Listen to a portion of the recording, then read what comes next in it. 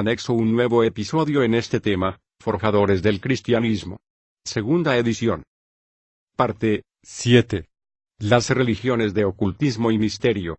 Bueno, seguimos con el tema. Es importante tomar en serio el papel que jugó el gnosticismo en el cristianismo naciente, aunque sus ideas parecen complicadas. Hoy por hoy dieron las bases al nacimiento de la Trinidad que conocemos. Sin embargo, luego veremos que la misma Iglesia los rechaza como herejes, por los escritos gnósticos que surgieron de este modo de pensar. Entre esos escritos se encuentran los manuscritos de Nag Hammadi, donde comienza a surgir un Mesías idealizado según estos conceptos, y muchas veces contradictorio. Sería recomendable leer algunos para que puedan entender qué les quiero decir. Ahora bien, no solamente los elementos platónicos y los movimientos filosóficos son necesarios tenerlos en cuenta para poder entender el lenguaje que después aparece en los padres de la Iglesia, sino también las religiones, de tipo misterioso u oculto. ¿Por qué es importante entender las religiones de misterio? Porque, a raíz del fenómeno de la globalización, el concepto de ciudades-estados desaparece, y las vías de comunicación comienzan a unir al Imperio Romano y al ideal griego, dando como resultado la Pax Romana, que comienza a imponerse en Egipto, Persia, India y China. ¿Qué sucede con las religiones nacionales de esos países? Que lejos de desaparecer producto de la imposición y de la transculturación obligada y sustentada por la espada, estas religiones nacionales comienzan a adaptarse para sobrevivir a las nuevas condiciones políticas que ahora estaban enfrentando con la expansión del imperio. El helenismo, que es quien introduce una nueva identidad en el mundo de entonces, se ve de pronto mezclado con las religiones de misterio de todas esas regiones, que son alcanzadas por dicho imperio, y que están basadas en ritos y prácticas de los pueblos antiguos. Estas religiones sobreviven dentro del Imperio Romano, gracias a que se transformaron y se acomodaron a lo que dijo Roma, pero nunca desaparecieron como tal. Entre las más importantes de esas religiones de misterio encontramos el culto a la fertilidad. ¿Qué pasaba en Egipto en invierno y en la primavera? En el invierno y en la primavera el Nilo se desbordaba producto de la lluvia y en algunos casos producto de la nieve. De antemano se habían preparado canales para aprovechar el agua y garantizar las cosechas de la primavera. Los sacerdotes egipcios interpretaron este fenómeno de la naturaleza como la muerte y resurrección de sus dioses. En el invierno sus dioses morían o se ocultaban. En la primavera florecían porque sus dioses resucitaban. Por lo tanto, la primavera era vista por los sacerdotes como el tiempo de la fertilidad, y los sacerdotes egipcios establecieron una serie de ceremonias para conmemorar la muerte y resurrección de sus dioses, y la manera de participar de aquella experiencia. Los sacerdotes egipcios comienzan a hacer todas esas ceremonias que hemos dicho, y es en dichas ceremonias donde se iniciaban los cursos para los adeptos al rito de la fertilidad, y fue aquí que surge el culto a Isis y Osiris en Egipto, dos figuras importantísimas en la mitología egipcia. Mientras esto estaba pasando en Egipto, en Persia, Babilonia, estaba ocurriendo algo similar pero con Mitra y Tamuz. Estos cultos de misterios sobrevivieron a la imposición cultural del greco-romanismo y sucede un fenómeno. En la misma medida en que el Imperio Romano impone su estilo de vida a las regiones conquistadas, y a su vez se encuentra con estos rituales de misterios de esas regiones, el imperio absorbe a su vez estos rituales misteriosos. Comienza entonces a fusionarse un imperio romano mezclado con el ideal griego, la Pax Romana y las religiones de misterio de los países que iban conquistando, y este fenómeno se da en todas las áreas donde imponía su control el imperio romano. ¿Qué es lo que hizo atractivo las religiones de misterios a las masas? El elemento misterioso, ya que no era algo que se enseñaba en las academias ni en las plazas públicas, era enseñado en secreto, a escondidas, de oído a oído. Se prohibía a la gente enseñarlo a otros, a menos que viniera a las clases secretas con los maestros y sacerdotes de estas religiones. Uno de los fenómenos más influyentes en las masas fue la celebración del nacimiento de Mitra. Mitra fue un dios persa mitad dios, y mitad hombre. El día que Mitra nació según sus seguidores fue el 25 de diciembre, y el día de la semana escogido para adorarlo fue el domingo. ¿Le suena familiar esto? De hecho, muchos afirman hoy que Mitra y el Jesús acomodado a la filosofía son muy similares, y déjeme decirles que concuerdo con ellos. Mientras tanto, En Egipto Isis fue adorada como la madre del dios Horus. Isis es una diosa femenina. Cuando da a luz a Horus desarrolló en Egipto el culto al sol como una divinidad. Luego ese culto al sol como una divinidad se hizo popular en todo el Imperio Romano, y se asimila a estas religiones venidas de culturas de India, Persia y Egipto. ¿Cuál fue la manera que tuvieron los egipcios para dar a conocer esta religión que practicaban? La figura de una mujer Isis, con un niño en los brazos Horus, entonces producto de esta práctica egipcia, es decir, una madre con un niño en sus brazos, se creó el símbolo de su religión. ¿Le suena familiar la figura de una madre con el niño en sus brazos, como símbolo? ¿Qué dijeron los egipcios? Isis es la señora del cielo, la reina del mar, la madre de Dios. ¿Le suena familiar? Igual que Mitra mitad Dios y mitad hombre como un fenómeno que se está dando en Persia, también Horus es mitad Dios y mitad hombre. Se podría decir que en algún momento determinado de la historia, Mitra y Horus se fusionan y vienen a ser la misma identidad aunque cambien de nombre en diferentes regiones. Según los datos que tenemos esto fue posible. Vamos ahora a Babilonia, para que vea cómo se da la fusión de Tammuz, también una deidad babilónica concebida como mitad hombre y mitad dios. El fenómeno del verano y la primavera fue relacionado también con el culto a Tammuz. La diferencia está en que en Egipto en invierno se consideraba que los dioses morían y en primavera los dioses resucitaban, mientras que en Babilonia Tammuz en el verano se ocultaba o moría y en la primavera resucitaba. Así que al empezar el verano se comenzaba un culto de duelo nacional por la muerte de Tammuz, y luego cuando estaba por terminar el invierno y comenzar la primavera, se celebraba una orgía en celebración por su regreso o resucitación. En la Biblia se habla de esto. Donde ocurrió la cautividad judía.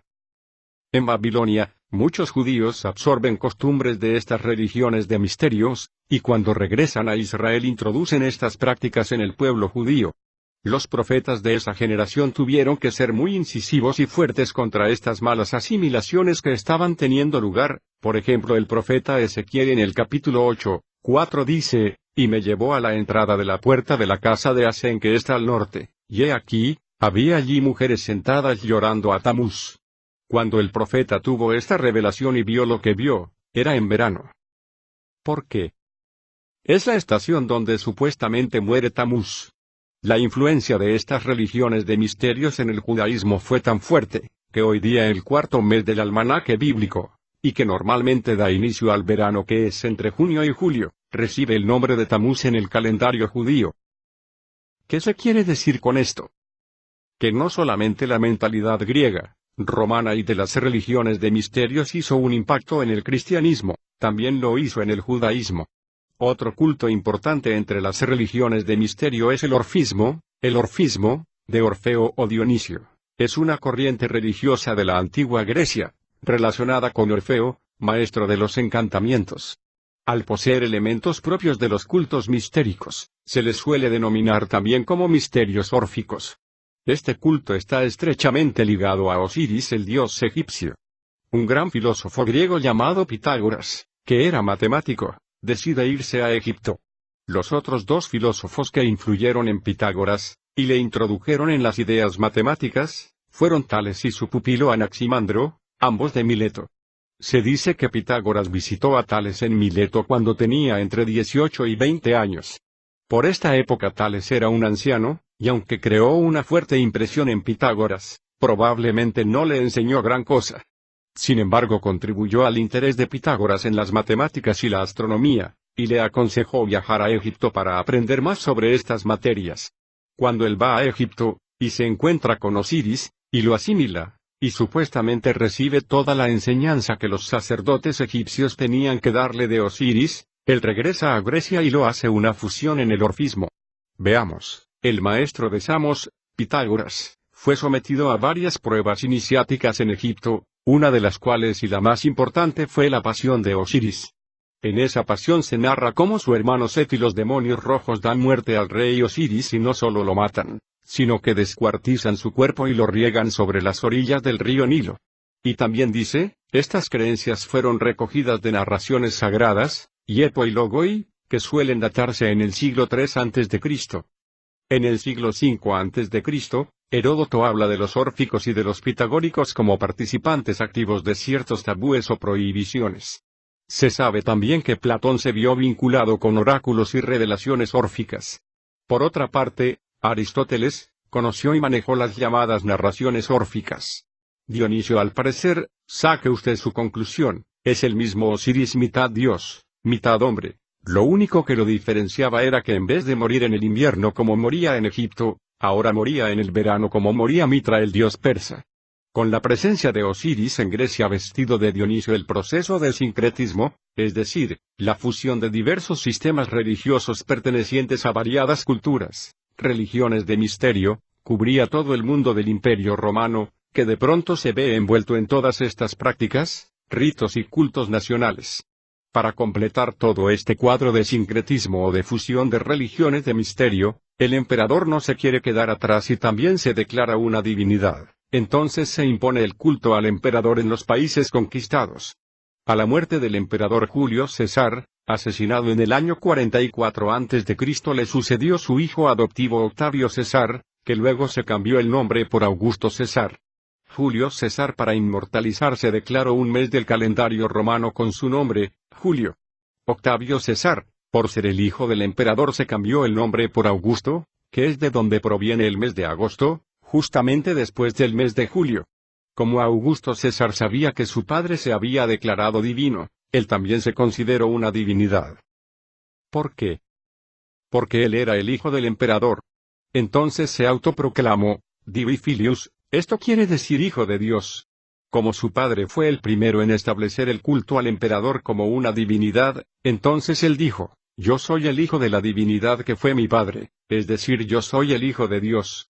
Es aquí donde comienza a imponerse por todo el imperio el culto a Augusto César como el hijo de Dios, es decir, el culto a una divinidad. Dicho emperador lanzó una moneda al mercado acuñada con esa marca, Divi Filius.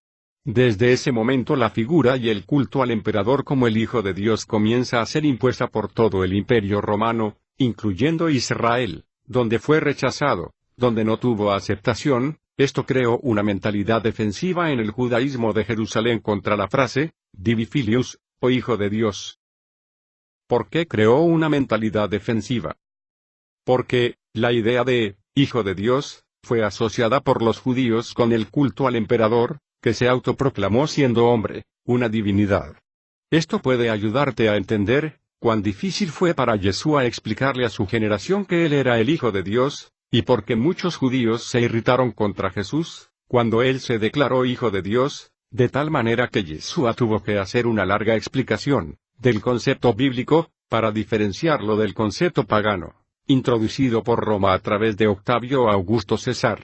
Más adelante vamos a analizar el concepto de hijo de Dios, para poder comprender los contextos en las Escrituras, y para ver de qué se trata realmente. Veremos cómo la idea de hijo de Dios dentro de este concepto romano como un culto a un hombre divino, pasa a los cristianos que no tienen un trasfondo hebreo, o un conocimiento real de las Escrituras, sino que conocen como hijo de Dios, el culto al emperador, y entonces usted podrá entender y comprender lo fácil que fue para los cristianos de origen gentil asociar las ideas. En el próximo episodio, si el Eterno lo permite, veremos, parte 8, los aeones del gnosticismo y las matemáticas en su contexto religioso. También veremos algunos aspectos de Filón de Alejandría.